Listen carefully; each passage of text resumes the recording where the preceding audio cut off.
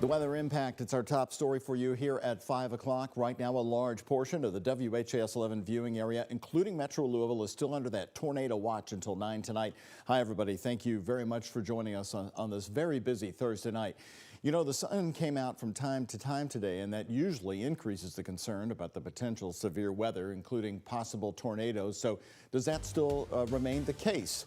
WHAS11 Weather Impact is watching every move of these storms right now. Our team and Chief Meteorologist Mallory Schnell is here with me at 5.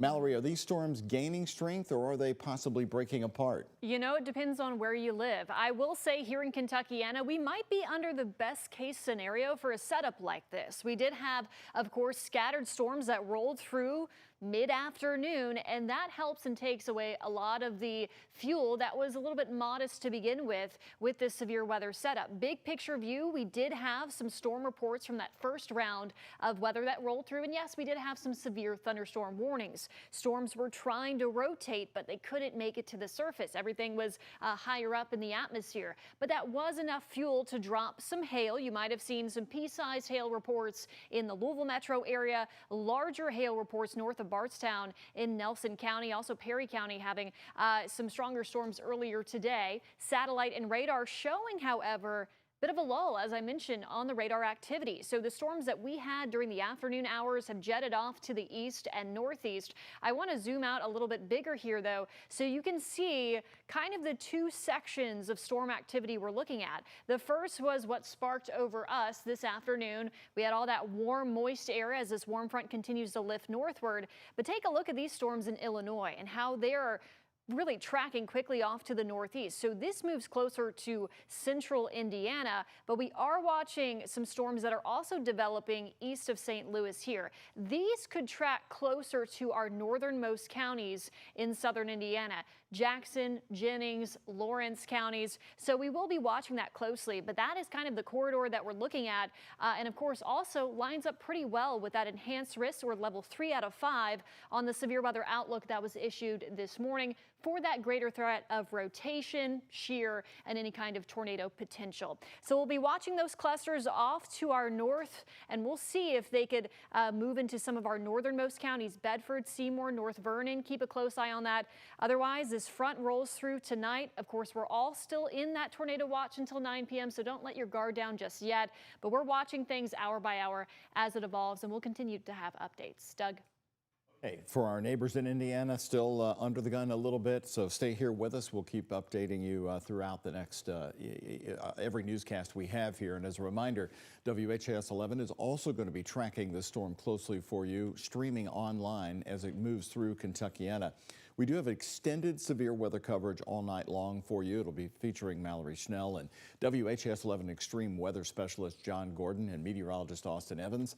That streaming starts at 7 on the WHAS11 Plus app that is free to download on your smart TV, and watch us there. Now, just in at this hour, a developing story for you. The defense resting its case in the Harvest Homecoming murder trial that's been underway in southern Indiana. Today, the defense had more questions for the crime scene examiner. However, the judge would not let the jury hear most of it. WHAS11's Ian Hardwitt is joining us live from the scene of the shooting that happened in October of 2024. He is back covering the trial once again today. And Ian, why did the judge keep that important information from the jury? Doug, Judge Carrie Stiller said that the defense's calculations basically had no value to them. She said it was more important to rely on the ballistics expert from Indiana State Police. The defense also brought forward a New Albany police officer, William Morris, who said the night of the shooting, he had a tip from a confidential source that identified a shooter that actually hasn't been named in this trial yet. The defense was using that as an argument to say there could have possibly been a fourth shooter. And this in the prosecution's case that is heavily relying on identifying Isaiah Page as the shooter through a process of elimination. Now, if you look here, Isaiah Page so far has not been identified as a shooter who shot into the parking lot.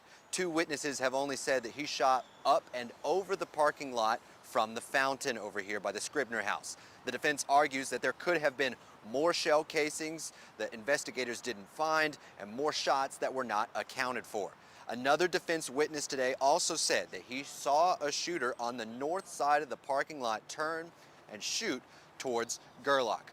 But the prosecution places Page at the top of the steps behind me, and Indiana State Police, who reconstructed this entire crime scene, said if someone shot Gerlach, the most likely place would have been from the top of the stairs and out into the parking lot. The closing arguments begin tomorrow morning at 8:30. Until then, reporting live for WHAS 11 News, I'm Ian Hardwick on your side.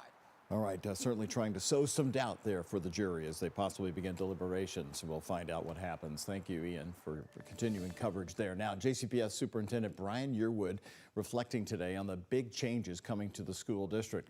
Hundreds of positions eliminated and added. And Yearwood explains the district's rationale for it all. Also new today, answering our questions. He's pushing back on claims that JCPS is funding his own personal driver, saying he does not have a driver. WHAS 11's Alexandra Goldberg and photojournalist Alyssa Newton have his new remarks. It's just heartbreaking to know that good people, people that have served and served well, will now be told we can't afford you. Superintendent Dr. Brian Yearwood now in front of the Rotary Club, reflecting on his move to cut hundreds of school staff jobs to fix the district's financial crisis. Reorganization plans for JCPS now have their rubber stamp. Yearwood inherited $188 million in debt. A reorganization of the district is estimated to save $30.8 million. How did we get from 300 to 600 cuts? Those were projections. It was 648 that were eliminated, but we also hired back 273. So we landed, pretty close to the 300 number. He says positions were added so the district stays in compliance with state law. For those, everyone gets to apply. Academic instructional coaches, safety admin, and bookkeepers are among the positions being centralized. We've seen some complaints that there could be low morale in the district. How could that be remedied?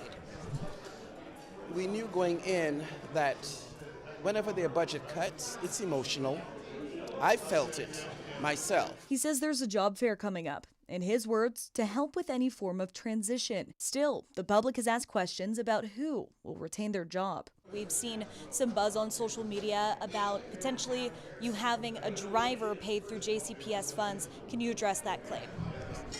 So I want to be very clear. I do not have a driver. I drive myself to and from work, and there may be a time that someone may take me to an event, but it is something that several superintendents before me had. Yearwood says the district has made good investments, but there wasn't foresight into what happens when certain funds end. More changes, this time to exceptional child education services, will come in March. In Louisville, Alexandra Goldberg, WHAS 11 on your side. Yearwood also saying that everyone that has been impacted by the job cuts has been notified and informed. And if you have not heard from anyone, that you can assume your job has not been eliminated. Right here new tonight at 5, a developing story as Louisville Metro Police defended the use of flock cameras before a Louisville Metro Council meeting. Flock cameras are license plate readers used by law enforcement to capture vehicle information. In the past, LMPD has said flock cameras help them identify suspects. Last night at this Metro Council meeting, the chief, Paul Humphrey, and the deputy chief, Emily McKinley, were at the meeting. Flock doesn't store our data beyond our retention policy. It's not continued to be stored. So it is purged out of the system after 30 days, unless it is connected to a crime, and then it has to be connected via that case file. Deputy Chief McKinley said LMPD owns about 240 cameras that are currently operational across Metro Louisville. You see the distribution of them right there on the screen. She clarified not all of these, all of these are under the brand of Flock. Right here new tonight at 5 o'clock, we learned late this afternoon about an emergency alcoholic beverage control suspension at a Louisville party store. Today, Louisville Metro ABC ordering the suspension of Mr. Silk's party store that's located at 21st and Muhammad Ali. The owner there telling our photojournalist Aspen Hester, who was on the scene late this afternoon, that they tell us they plan to fight the suspension. ABC says it comes after a months-long investigation into alleged criminal and licensing violations at the store. ABC says the violations include open consumption of alcohol, despite the business not being licensed for that kind of activity. And today is still a weather impact alert day, but the radar is certainly evolving. We'll take another look at it and your hour-by-hour forecast. That's coming up right after the break. Here's a check of today's Kentucky Lottery jackpots. Mega Millions, $416 million. Powerball, $190 million. The Kentucky Lottery, funding education for over 1 million Kentucky students.